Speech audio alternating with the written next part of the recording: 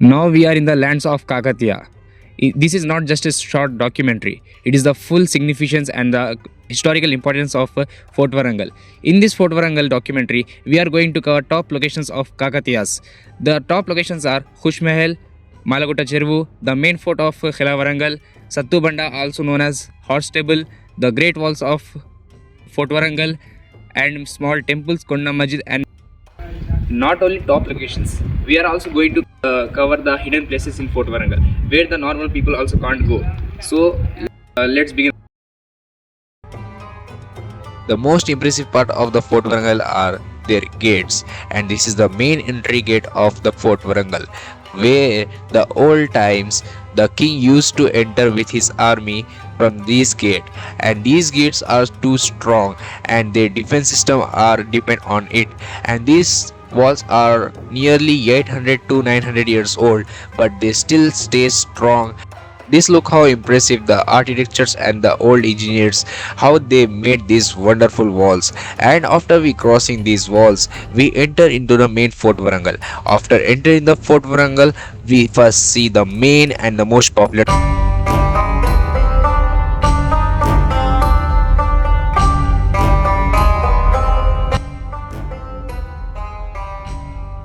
In the 12th century, in the hearts of present-day Telangana, a powerful kingdom began to rise. This was the rule of Kakatiya dynasty, who made the Warangal their capital. Warangal fort was first developed during the reign of the king Ganapati Deva, who strengthened the kingdom and expanded its power across the South India. Later, one of the most remarkable ruler of the dynasty, Rani Rudramma Devi, continued to rule with the courage and wisdom. She strengthened the fort, improved administration, and provide the leadership that has no gender. Today, the grand stone gateways and the silent ruins of Fort Warangal still stands as a symbol of their strength, vision, and the architecture.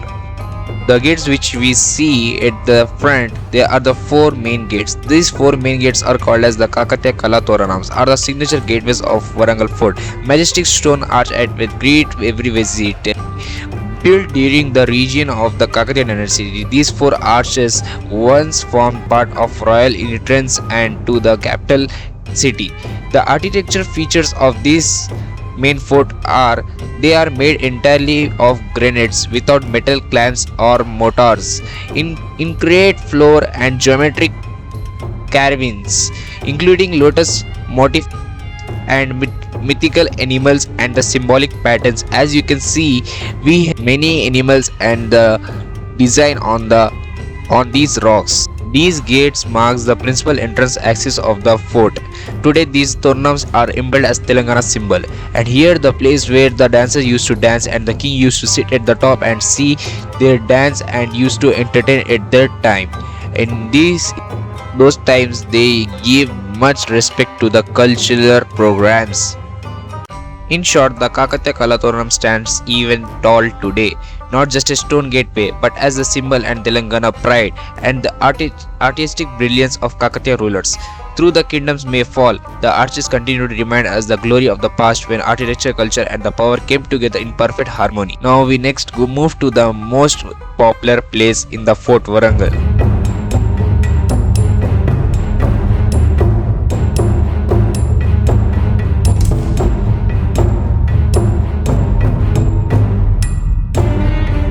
So we are at Shitabgan Palace, which is well popular known as Kushman. Was built during the rule of Kakatiya dynasty. It have been constructed by the ruler Ganapati Deva.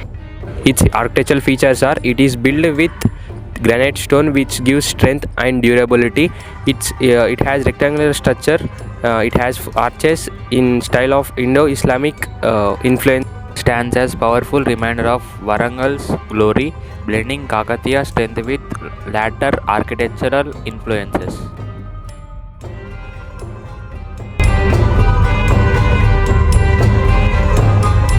Kushmehal is one of the most important structures inside Warangal fort. Even though today it appears as a ruin, it once played a significant role in the life of the fort. This structure shows the Warangal fort was not only built for the defense and warfare, but also served as a center of administration, meeting and social activities during the time of the Kakatiya dynasty. The design of Kushmehal is simple yet impressive. It is a large rectangular hall built mainly with strong stone blocks. The building has thick walls which helped maintain stability and durability of for centuries. Inside the hall there was a pillar that supported the roof and created the wide open interior space. This open design allowed many people to gather together for the meetings and the ceremonies. Inside the fort complex, we can also see many ancient stone statues and sculptures. These include statues of Hindu gods, decoratives, carvings, and figures that may represent royal personalities of warrior from the Kakatiya period. Most of these sculptures are more than 800 years old, dating back to the Kakatiya dynasty. They show the incredible stone carving skills of the artists of that time. Even today, these statues help us to understand the culture, religion, and the artistic traditions of the Kakatiya kingdom. In short, Kushmehal is important structure inside the Warangal fort reflects the administrative life of Kakatiya dynasty. This last one was like a meeting for the public gatherings. In short, in conclusion, Kushmehal reminds us the Warangal fort how rich history and organized governance of Kakatiya kingdom was. Now we move to next one.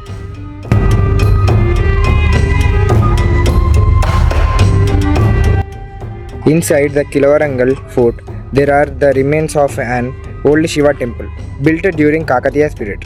This temple was an important place of worship for the peoples and rulers. It has a beautiful curved pillar stones where the Shiva has worshipped. Today, only the pillars and some stone structures remains. Even in rainy, the pillar shows the great skills of the builders and the reminds us that the fort was not only for protection but also for spiritual life. The Shiva temple inside the Warangal fort is a beautiful example of the brilliant architectural skills of the Kakatiya dynasty. The temple once had finely carved stone pillars, detailed sculptures, and the scantum where Lord Shiva was worshipped. The designs on the pillars shows floral patterns, mythologically figures, and the artistic craftsmanship. Even though much of the temple is now ruins, the remaining structure still reflects the creativity, engineering knowledge, and the cultural richness of the Kakatiya period. At present, the Shivalingam of this temple, the Shiva monument, has replaced and transferred to the main fort of the Warangal. But you can see how beautiful this temple is, how beautifully they made this temple. You can see many more this type of temples in Fort Warangal which are uncovered by the governments.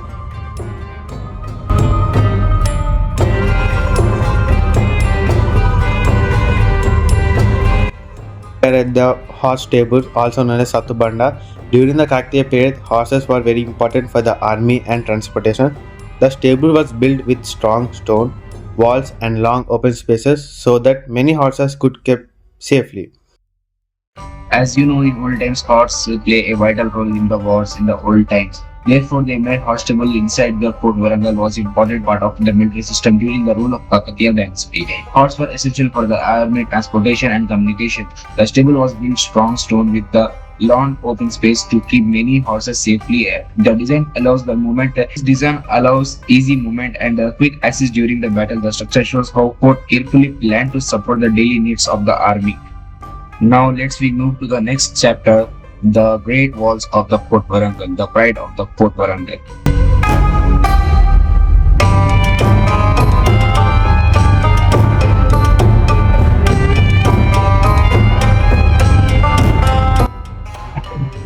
The Great Walls of Warangal Fort are one of the most impressive features of the fort built during the rule of Kakatiya dynasty in 12th and 13th century. These massive walls are designed to protect the capital city from the enemy attacks.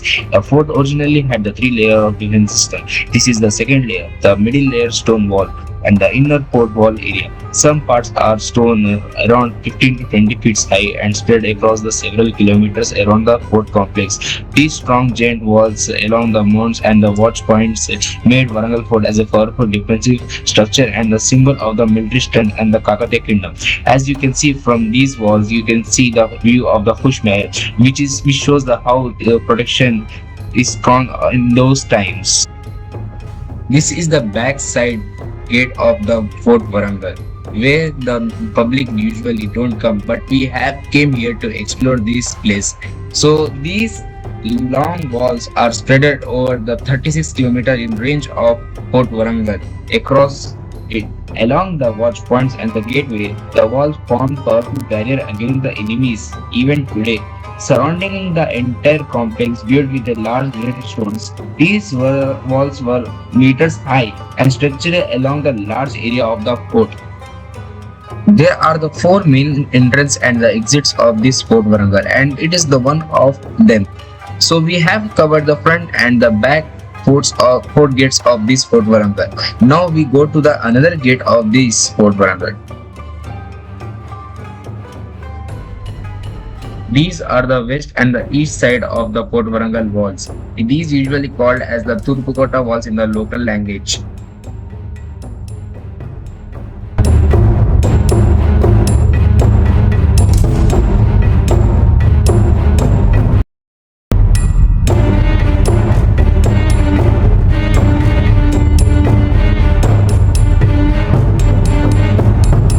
Mallergutta Cheruvu is a beautiful lake surrounded by rocky hills and natural landscapes. This peaceful water body reflects the rich heritage and environment wisdom of the Kakatiya dynasty, who were famous for their advanced irrigation systems. You can see how beautiful this lake is like, and the locals enjoy the view of this lake daily. Inside the Warangal Fort, there are water tanks in the small lakes and were built during the Kakatiya period. These water bodies were very important for the people living inside the fort. They provided water for drinking, daily activities, and for the soldiers during the time of the wars. The Kakatiya rulers were famous for their advanced water management system, and these tanks shows their knowledge of engineering and planning. Even today, these water structures remind how carefully the port city was designed, and still these water lakes help us.